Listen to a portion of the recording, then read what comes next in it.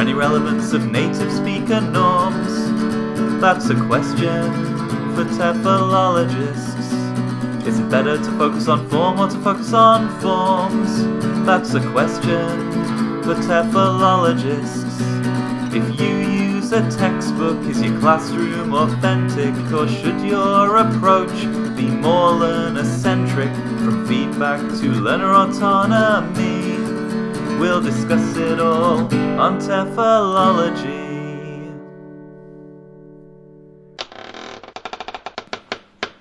Hi, I'm Matthew, the headless TEFLologist. I'm the rotten corpse of Rob. And I'm the return of the ghost of Matt. And welcome to the second annual Halloween-themed episode of the TEFLology Podcast, a podcast all about teaching English as a foreign language and related matters, presented by three self-certified and undead TEFLologists.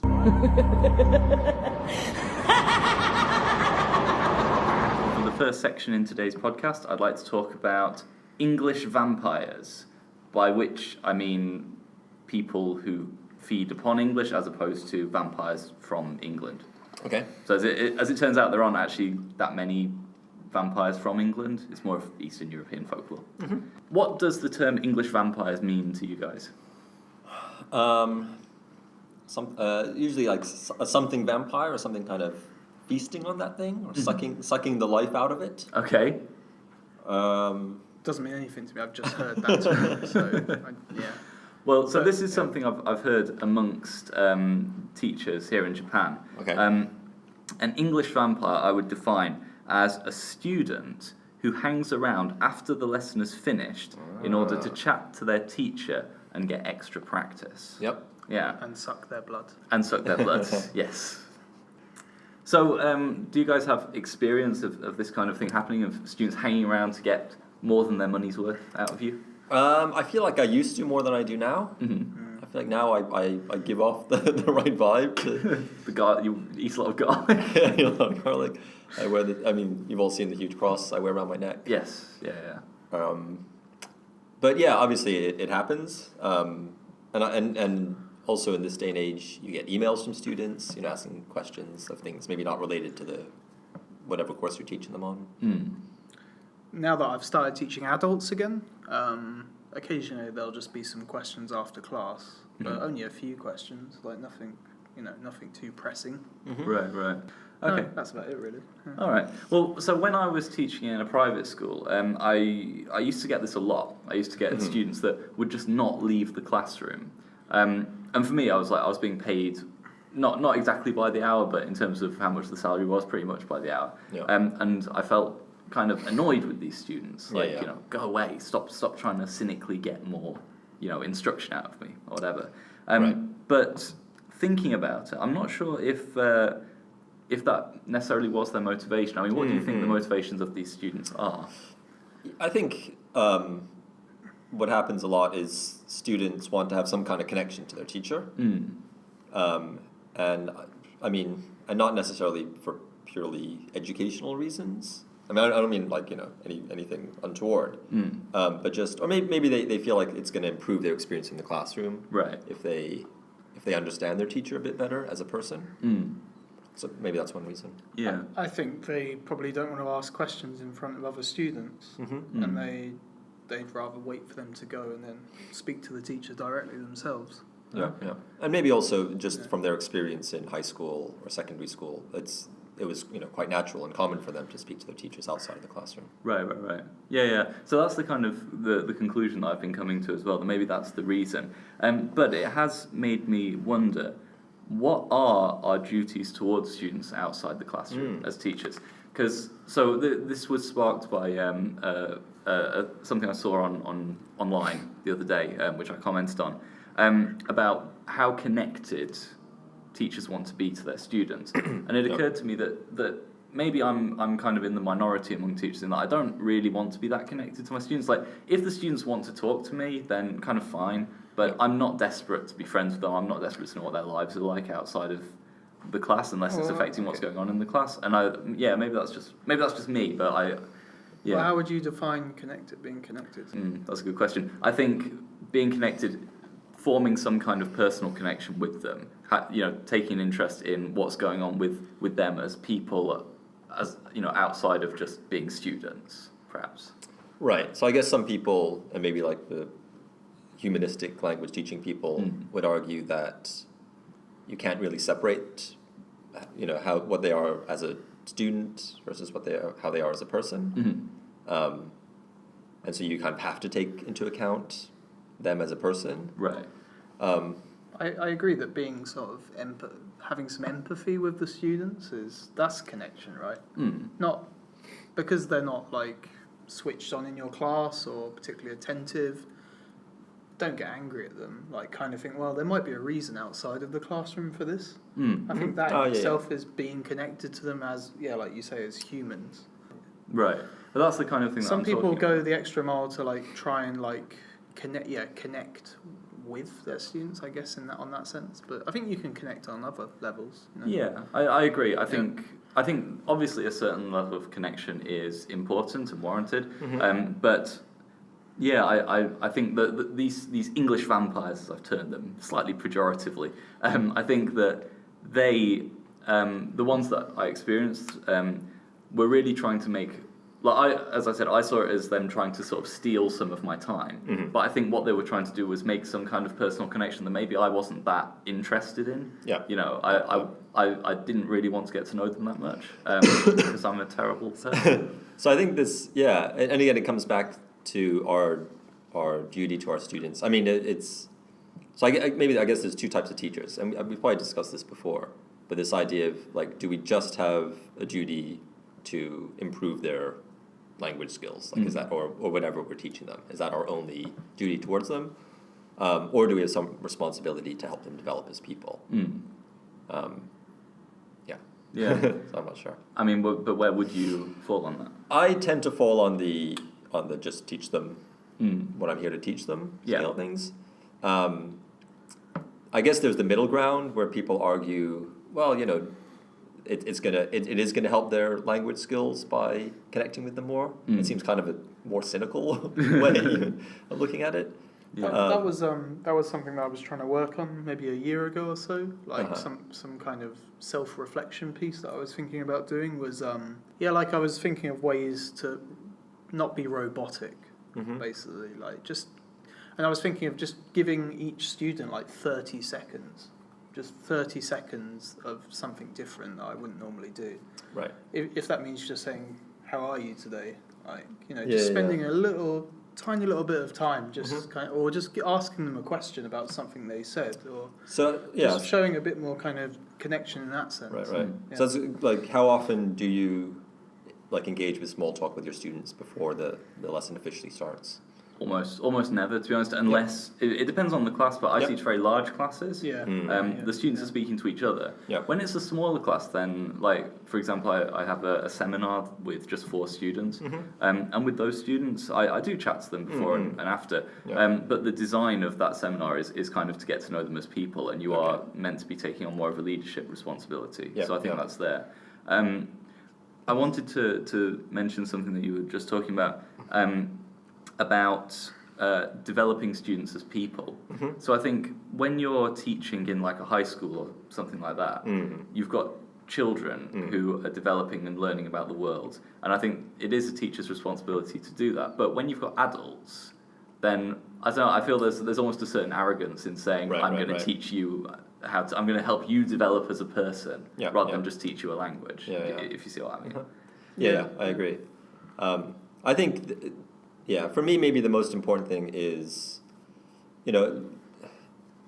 students maybe have certain expectations of what the teacher's role in the classroom is, and maybe if they do have the idea that the teacher is more of a focal point, that the teacher, in that case, the teacher revealing more of themselves, or them understanding the teacher's personality more and connecting with that personality, is going to have a big impact on their experience in that class.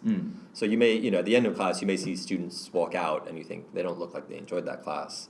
Maybe if I'd shared a bit more of myself, that may have increased their enjoyment of the class and therefore, motivated them to study harder or to come to the class more often and those kind of things. Well, what about the argument for authenticity?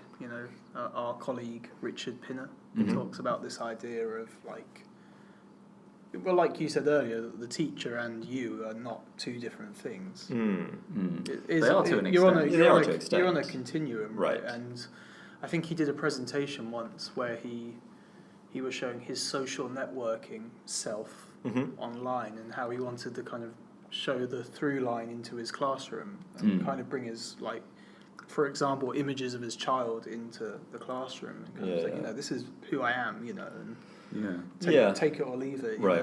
That's who I am. I mean, obviously, we do all, you know, who we are as a teacher is different to who we are outside of the classroom, different to who we are at home, in front of our you know, we play all these different roles anyway. Yeah. So maybe that's one thing. I don't particularly want those things overlapping all the time. For example, students add me on Facebook, which I'm not comfortable with. But because I don't want to, because I know that other teachers accept them, like every other teacher accepts them. I accept them, but then I put them on a restricted list where they can't see anything that I post. Because, you know, I don't want to say, you know, I have no interest in you or I don't like you or anything like that. But I also don't want them to get the impression that we're friends, Right, exactly. or that we're too familiar with each other. I definitely think there are professional boundaries, but maybe going back to an earlier point, like, when I first came to Japan, like, I really didn't know anything about, still don't to an extent, but I didn't really know anything about, like, popular culture. And I think there are still teachers that I work with that don't now. Right. And I think that by me knowing something of their culture can really make the students not like you more, but respect you more, I think. If they know, okay, he knows where we're coming from, he knows, or she knows what we're talking about. He's not just this fresh off the boat foreigner who doesn't know anything, and, you know. Because I think the students are going to think, like, well, who is this guy, you know? I don't know. Like, for me, one of the biggest issues in terms of how much you choose to share or how much you try to make a connection with the students is, I think, and this is by no means in all cases, but I think a lot of the times it's because we just, like, you know, we want to be recognized, or we want to be liked by other people. It's a very natural thing. And of course you're going to leave the classroom in a slightly better mood if you think, oh, these students like me. But is that actually important for the students and their, you know, the aims of whatever your course are, for them to like you or not, or to like you, you know, to a certain extent? They have, you know, even in a small classroom, they have a bunch of other people to connect with, and maybe the connection between the students is a bit more important in those situations. I've always thought that, I think having the teacher being centralised, there is a bit of ego there. Right. And I think there's a bit of ego in you know, wanting to be that connected, that closely connected with your students. It's like, I'm a very interesting person or whatever. I'd rather come at it from showing that I'm deeply interested in the students rather than I'm deeply interesting. They should all like me. I'd rather get them to like me more by showing that I'm interested in them. Right. I think that's a different thing. That's fine, right? In the course I teach, students often share opinions and things, personal things about themselves. And sometimes the student will say something very funny, and I'm just supposed to be just monitoring an outside discussion, but I'll laugh out loud. And that really kind of distracts them. But I think, you know, I don't think they mind too much. And like you say, maybe it's a nice way to show that you are actually listening to what you're saying. But going back to this end of classroom thing, I think it's like it's like on the podcast, as soon as we hit the stop button, we end up having quite interesting conversations. Only when we... So in that sense, maybe we should never hit the stop button and things should just overlap. And Are you advocating for dogma again? Is this your... But what I'm saying is, like, it's really annoying. Like, at the end of the class, when you say, okay, that's the end of the class. What are you doing at the weekend, you know?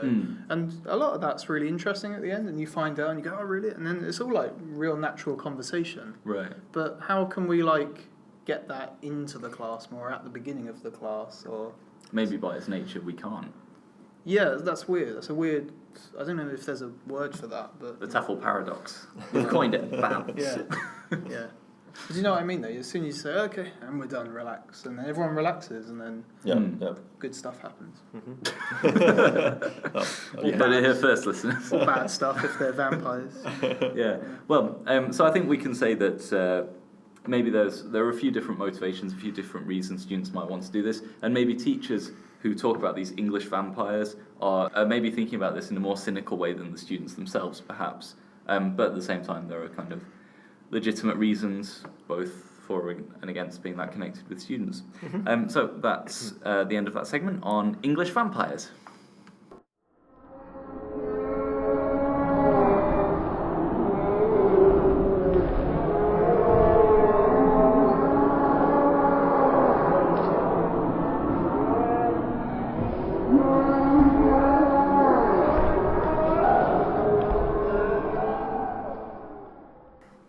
Okay, so for last year's Halloween-themed episode, I reviewed some textbooks and graded readers with zombies as the subject matter.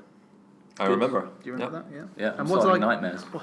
what did I call it at the time? I called it like zombie integrated language learning, Yeah. like ZIL. Okay. Yes. That hasn't taken off. But one of those zombie textbooks was one by Lindsay Clandfield and Robert Campbell, titled English for the Zombie Apocalypse. Yep. Okay, well, I'm delighted to announce that we now have English for the Alien Invasion. Okay. That's now available, and today I'll review this book. I'll use my section to review the book. Okay, sure. Before we get into the book, when aliens do visit our planets, and they will, Yeah. If they haven't already. it's only a matter of time, what English will we need? What do you think? What English? I mean, what like, do we what- need alien? What skills will we need? I mean, what will we need to do with our English? Scream in terror. Plan. Do you mean how Counterattacks. how are we going to communicate with the aliens? What situations do you think? Well, what kind? I mean, is this an alien invasion or an alien's Arrival? visiting? Yeah. And are you assuming that the aliens, because of their advanced technology, will understand English? Do they have a Well, universal translator? That's my next question. Will we even need English? Yeah. But hypothetically, let's say we will need English. Yeah. Okay. And say you had children, what things would you tell your children? Now, when the aliens arrive, I see. we're going to need to do this. What kind of things? But again, are these hostile aliens?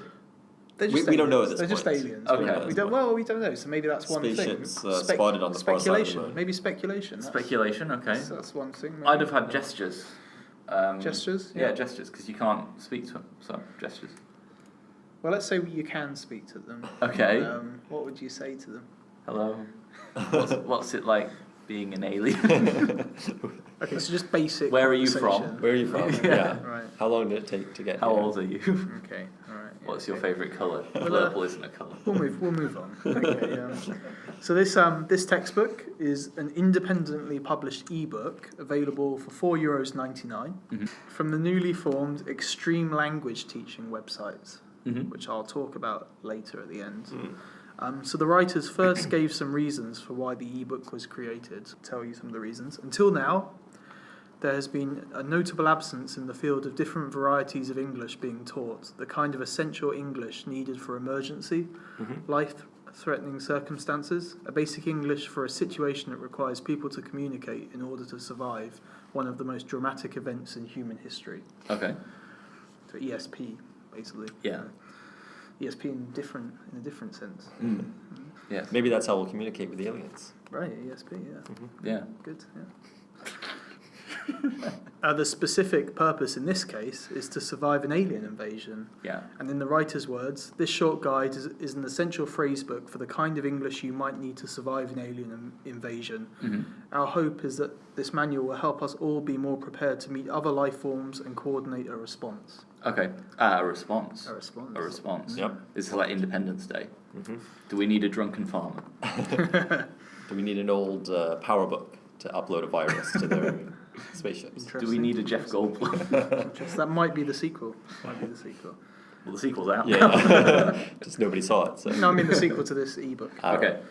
So Clandfield and Campbell's last book, dealing with a zombie apocalypse, like the last book, this book is split into different topical units, dealing with, I guess, different stages of the alien invasion, with useful phrases included along the way. Okay.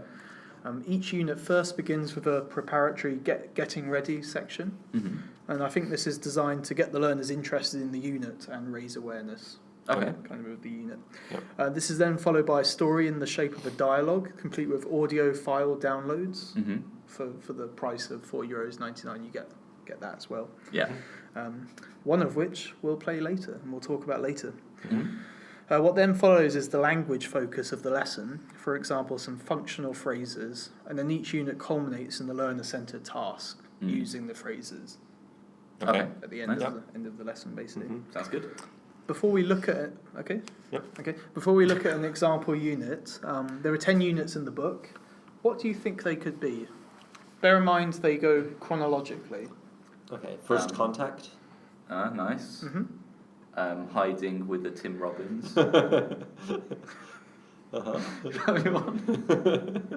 Yes. Building. Killing Tim Robbins. Yeah, good. So, okay, first contact. First landing, when the aliens first land. Yeah. Coordinating a counterattack. Well, first maybe assessing the situation. Okay. Yeah. Do they come in peace or not? Mm-hmm. Yeah. Yeah. And then they obviously don't come in peace. So Right. coordinating an attack. Yeah. Mm-hmm. Well, you'd have a period where you were hiding out with the Tim Robbins or Right, whatever. that's so maybe you'd need I guess organising a community or something. Okay. Like that. Yeah. Until you realize that members of the community have already been taken over by aliens, their bodies. So Someone's seen the fifth wave. I have. But so then it's identifying the aliens among us. Mm-hmm. Is that one of the stages? Well, that's easy. You just need those X-ray glasses from They Live. Right? Okay, so I won't go through all the stages, but Okay. number one, as you said, make contact. Mm. We then move into do not panic, Okay. describe the ship, Uh-huh. Alright. contact your family, this is later on in the book, Yeah. meet the alien leader, Oh. and then finally we end with save the world. Okay. Yep. Do we not have negotiate towards a peace accord? Yeah. Well, That might be what Save the World's about. but what we're I going to do, suppose. we're going to dip into Unit 6 called Call the President. Oh. It's a Okay. very timely thing. Yeah. Okay, so we're going to try the unit out. Mm-hmm. I'm going to try it. I'm going to try it. Okay, here it is. Here. Sounds Okay, tremendous. so call the president. So Yep. first of all, let's get ready. So Okay. look at the secret message from the White House to Captain Black. Okay. Black is a reoccurring character in this book. Yep. Yeah. What does this say? And can you complete these words? It looks to me like it might say, "Call the wet teeth new." Yeah, Rob? I don't know. You want to guess? Go. Kill the white horse now. Cull the white horses. No. So I'm guessing it probably says Yep. call the White House now. Okay. Maybe. Because that's where the Well, president we could go with lives. yours. Yep. Yeah. Okay, so the level that they use this with, I believe, is A1 to A2. Mm-hmm. What does that mean? It's a very low level. Okay. Yeah. So I guess this, for us, obviously, we can do this. Yeah. And I imagine this would be supplemented with other things, perhaps. Hmm. And then we dip into the story, and we're going to listen to the dialogue. This is the story, so read and listen to the story. What does the president want Captain Black to do? What are you doing, Captain? I'm calling the president.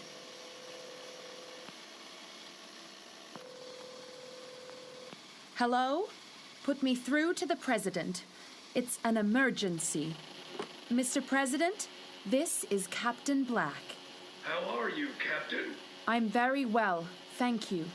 Mr. President, we've got a code blue. That's correct. It's an alien invasion. How many ships are there? There are 22 ships, sir. Where are they from? We don't know where they're from, sir. Are they friendly? I don't know, sir. What would you like us to do? Destroy the ships, Captain. Are you sure? Well, what did he say? He said, destroy them.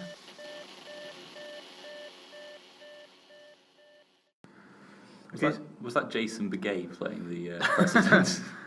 Playing President Trump. Yes. So that's the story, but I think an alien is the president. That's what I thought when I heard this. I thought the alien has become the president. But why would the alien say blow up the ships? Yeah. Wow. Or maybe he knows that they Yeah. can't, like Independence Day. Yeah. Right. Use all our weapons. Yeah. In a futile attempt. Yeah, the president, whoever played Yeah. that president, sounds like an alien. President Trump. He didn't sound very good though, did he? Like he sounded like he was sick or Yeah. he'd already been attacked. Oh, that guy. The president Yeah. in the story. He sounded like he was perhaps in a portaloo, perhaps. Yeah. Hiding that's what I out was in a thinking. small Right. cubicle. Yeah. You can't say that about the White House. Okay, so in this short dialogue between, was it Captain Black and Green? I think the president was called Green. We had some phrases. Yeah. We had a lot of phrases, yeah. There were a lot of phrases. 5. Phrases here, calling the president. So we Okay. had maybe some phone-based language that could be used. So put me through to the president. Yep. It's an emergency. It's an alien invasion. What would you like us to do? Because this is all language that the students can play out for themselves later on in the unit. Yes. Or when a real alien invasion happens. Right, exactly, yeah. So are you sure that's correct? Okay, so just clarifying information. Yeah. Checking. So, I mean, these are all, like, arguably useful skills for learners.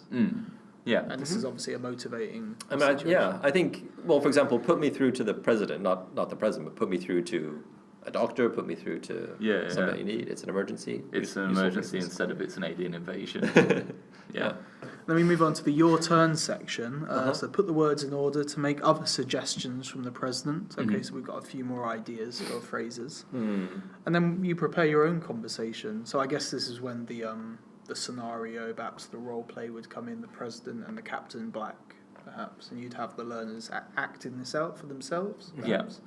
And what I imagine with this is, or the way I'd like to see this be taught, or I imagine the way this is going to be taught, is the classroom is quite dynamic, and I'd imagine that the teacher would get on board with this. And if it's for young children, it would be quite an immersive kind of thing. You know, like that reacting to the past way of teaching, where it's kind of like you're acting out history in the classroom. I'd imagine this would be done in the same manner. Yep.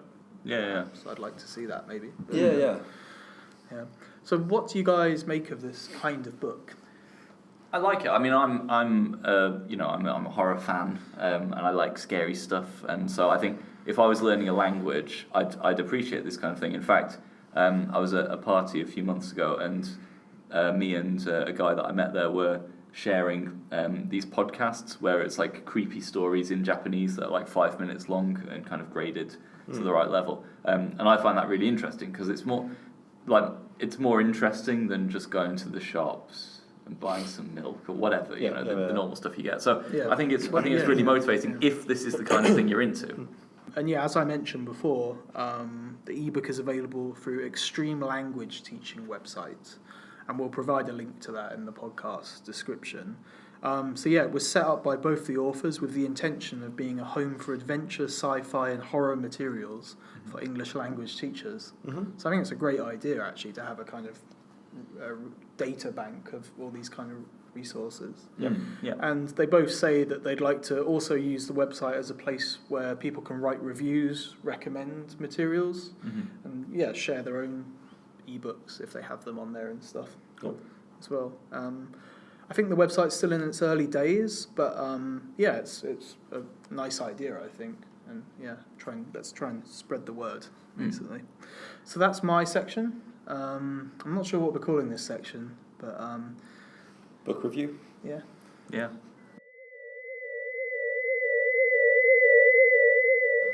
For this final section of our Halloween-themed episode, first of all, I'd like to ask you what kind of things do you attribute most to, or do you think of when you think of Halloween? Horror movies. Horror movies? dressing up. Dressing up? What are you dressing up as? I'm not dressing up. Have you ever dressed up for Halloween? Yeah, we did, didn't we? Yeah. We, A couple of times. We went as, one year we tried to go as like Greek philosophers, but then everyone were like, this was in Japan, they were like, oh, you've just come as gods. Well. And then we were like, no, we're Greek philosophers. Yeah. And then there was another time. Roman emperors as well. Roman emperors, yeah. Because we had kind of like Is that the same costume? Yeah.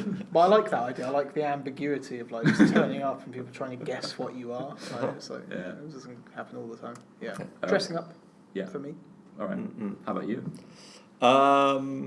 Pumpkins, trick-or-treating, that kind of stuff. Pumpkins, Okay. yeah. Lots of chocolate and candy. Nice. Lots of when I used to work, or I didn't do this, but I know that some people do a lot of like crosswords in their classes. Oh right, yeah, For those kind their of students, yeah, like, those kind of lessons. Halloween crosswords. What emotion do you think of Fun. with Halloween? It's not. It shouldn't be about but- fun. It should be about feeling scared.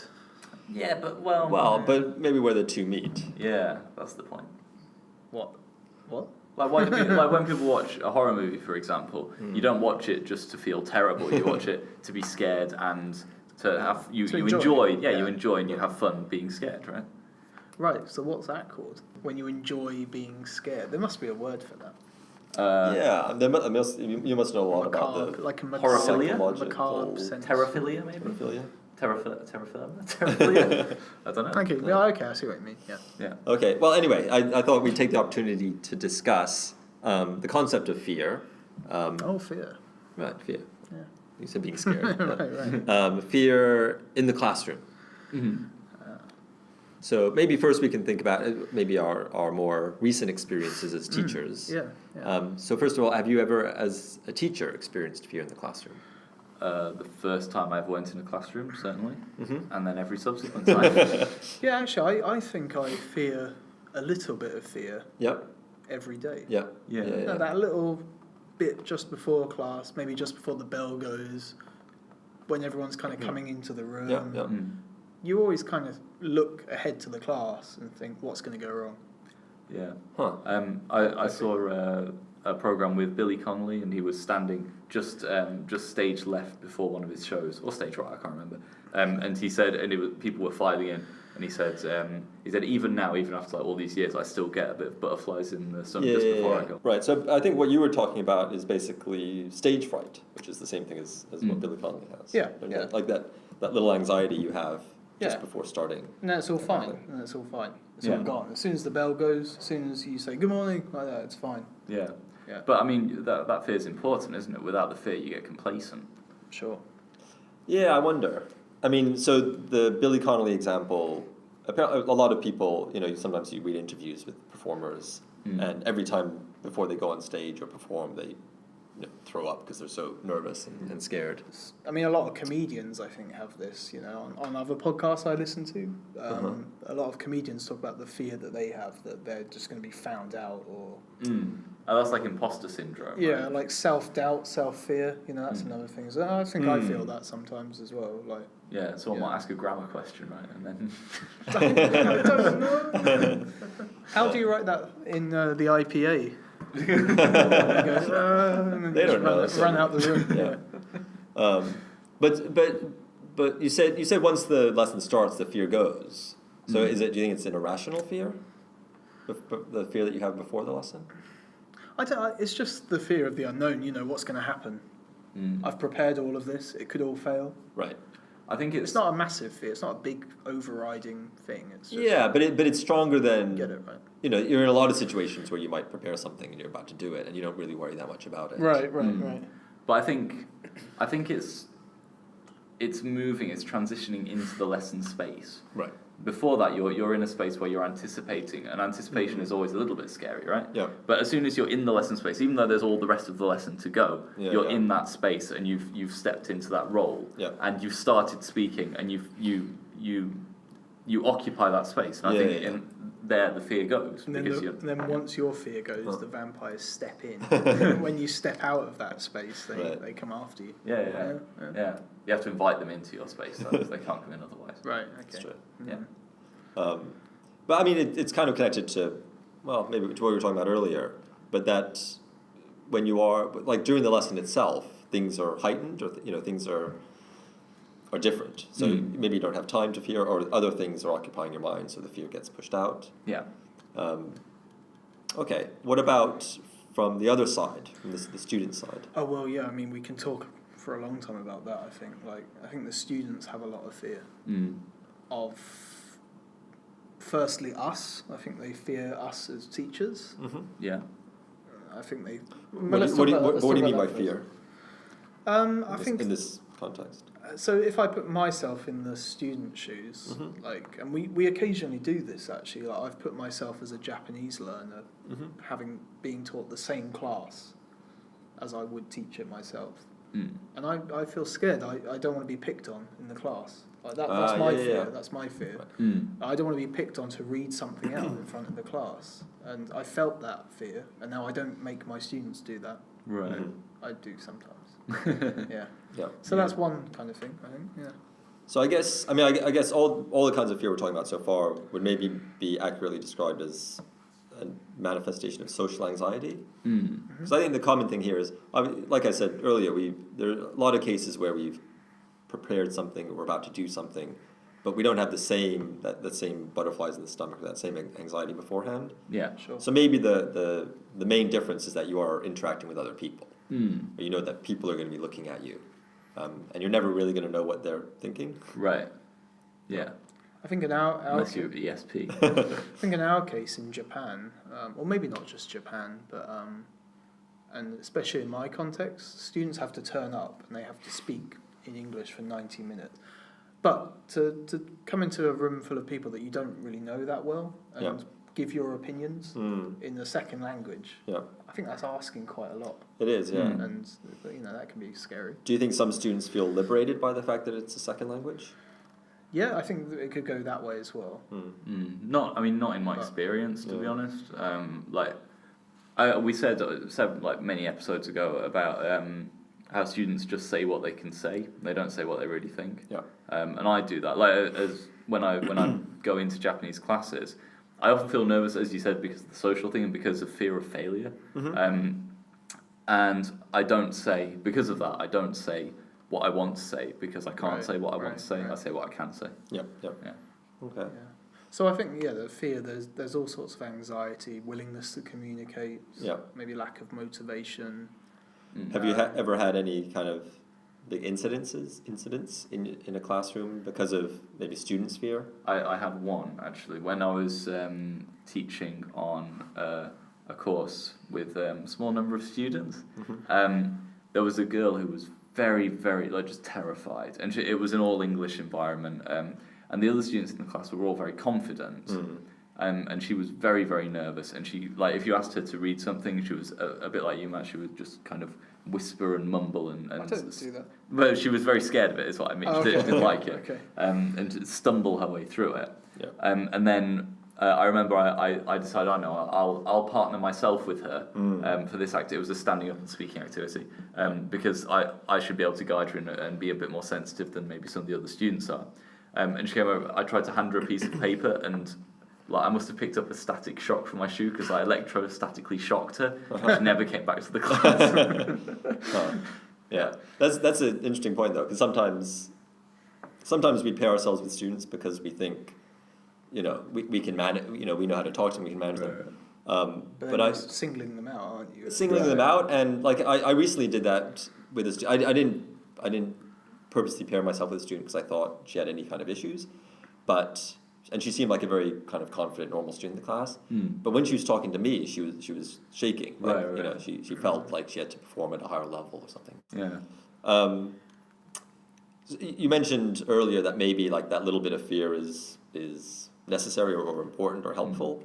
Are you familiar with Urbach-Vita disease? Urbach-Vita disease? No. So this is a disease extremely rare, but apparently it does occur, of people who basically, because of some kind of damage to a certain part of the brain, are unable to experience fear. Okay. So, I mean, I've listened to podcasts and I've read a little bit about it, and heard case studies of people who've gone through their lives with this.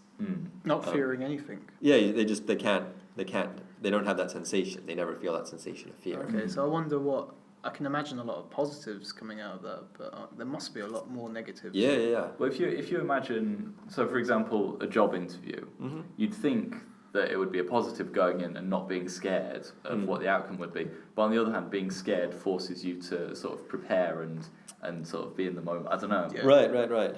So I guess the question is, do you think somebody with that disease would make a good teacher? But you wouldn't have any inhibitions, would you? I imagine. When you drink too much, you kind of let yourself go. You get a bit loose-tongued and minded. Right. You think that the alcohol You is have taking less- away some of your You have less anxiety. fear. I think Yeah, you have yeah. less fear. Yep. But then do you Do you like perform the better? person you Right. are when you like that? I don't like me That's drunk. interesting. I wouldn't spend time with me drunk. Okay. Yeah. Yeah, I agree. I mean, I don't have a choice. Yeah. How about as a language learner? Do you think it would be good to have no fear? I think it'd be better, in a sense. Yeah. Yeah. Well, you wouldn't be afraid of making mistakes, but then Yeah, because that's kind of a tenet of modern language teaching, where we always tell our students, don't Would be it- afraid of making mistakes. Yeah. I mean, would this overcome the effective filter? Right. Yeah, probably. Just opening students up to the pure lads. Unfiltered. Yeah. Yeah. But another aspect of fear that I wrote a blog about actually for the International Teacher Development Institute. I talked about the idea of playing a fearful teacher, like infecting some kind of a fearsome persona. Oh, right. You mean trying to scare the students? Basically, yeah. Okay. Harnessing the fear. Harnessing what a bit, end? harnessing a bit of fear, especially at the beginning of the year when you want the students to be on your side and you want to get them to respect you. You want to get them to understand what the course is about. Okay. You don't want them to think you're a pushover. You want to show them that you can have fun, you can connect with them. Going back to what we were talking about. Sure. But there's a line, and and I think as teachers we should be able to switch that on and kind of give them a look into the abyss, and then like go back out again and say, hey, everything's fine.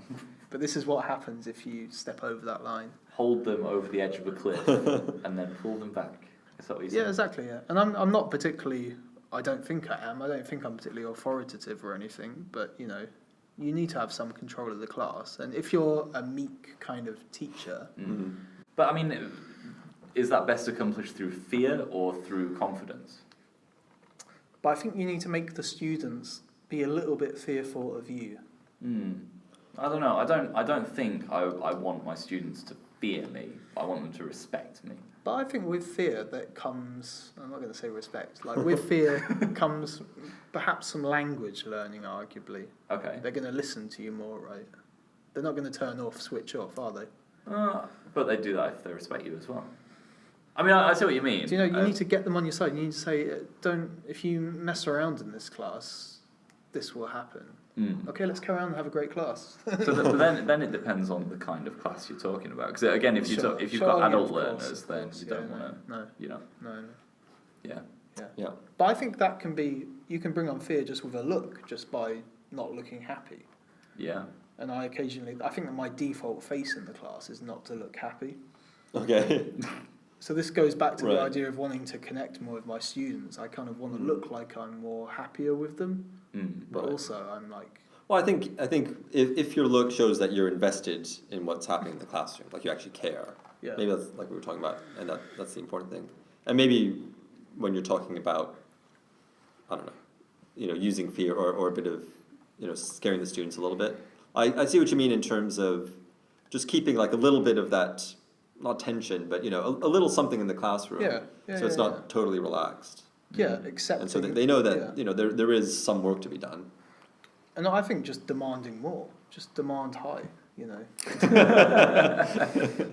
To go back to that idea. Right. But just demanding more, not being, like I said this in my blog post, not being easy to please. Like demanding more, Yep. like thinking, well, what you said's good, but you can do more, you can do better. And Okay. that. Yeah, Fear there's probably brings that a term that we're missing. Not quite fear, but Yeah. but like you say, making them aware of what the expectations are, Sure. and pushing them to perform as well as they can. Yeah. Yeah. Okay. Anyway, that'll conclude our Halloween talk on fear. Okay, so it's competition time. I think the first competition we've ever done on this podcast, and we should do more, to be honest. I think. You're going to pay for the prizes. Yeah. Anyway, to celebrate the release of English for the Alien Invasion and the start of extreme language teaching, we're giving away free access to 2 free copies of both English for the Alien Invasion and English for the Zombie Apocalypse. Right. So if you're interested, we'd like you to send in your ideas for future episodes. We're talking pioneers, TEFL news, TEFL cultures. Yep. Anything. Anything, yeah. Anything you'd like us to talk about, we'll choose the best 4. And yeah, send your ideas in by email. What we'll do is we'll announce the winners in the next episode. In your email to us, please indicate which title you'd like, although we might not be able to honour that. Okay. And also 1 submission per person, please. Yeah. And if you're affiliated with the TEFLology podcast, you're ineligible to submit, Rob. Yeah. And we'd also like to say thank you for Lindsay Clandfield for providing those prizes as well. Okay, so we'll announce the winners in the next episode. Get those emails in.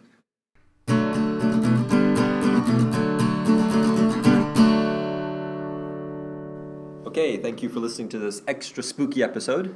And if you'd like to get in contact with us, you can send an email to teflology@gmail.com. You can also follow us on Twitter @TEFLology. And if you could take the time to like our Facebook page, the TEFLology Podcast, we'd very much appreciate it. We also have a website, which is teflology-podcast.com. And we have an ebook in the works called Podcasting and Professional Development. If you're interested in that, there is a sample available on the publisher's website. We'll put a link to that in the description box and the entry about this episode on the TEFLology Podcast website. So it's goodbye from me. Goodbye. Goodbye.